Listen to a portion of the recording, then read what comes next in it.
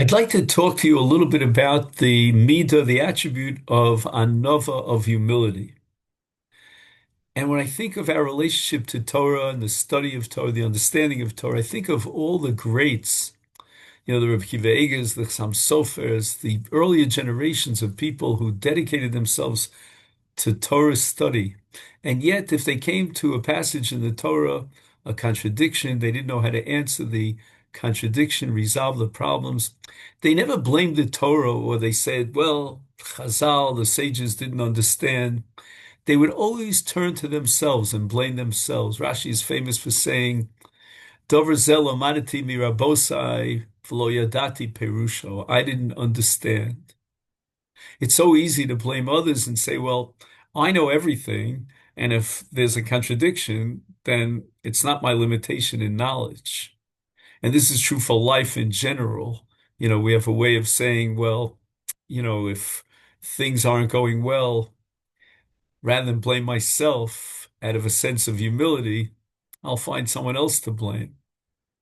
In this week's parsha, we learn ki Moshe lo yada ki karan or panav. His face shone, his countenance. Chazal say in the Yalkut that Moshe Rabbeinu reached the 49th level of Chachma. There are 50 gates of wisdom. He couldn't reach the 50th. And Chazal say that there was a little bit of ink left after Moshe wrote the entire Torah.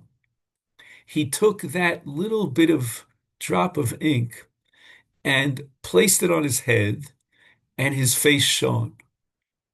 Perhaps the commentaries will understand that Moshe Rabbeinu, when he couldn't reach the 50th level, that last gate of wisdom, he didn't blame the Ribono Shel Olam. He didn't say the Torah was imperfect or anything like that. He pointed to himself, his own head, and out of a sense of humility, he took it upon himself. And in this week's parasha, Moshe Rabbeinu will, on the one hand, ask Aaron, about the Egel, but Aaron, out of a sense of anova, will always feel a bit embarrassed because he was involved in creating the Egel.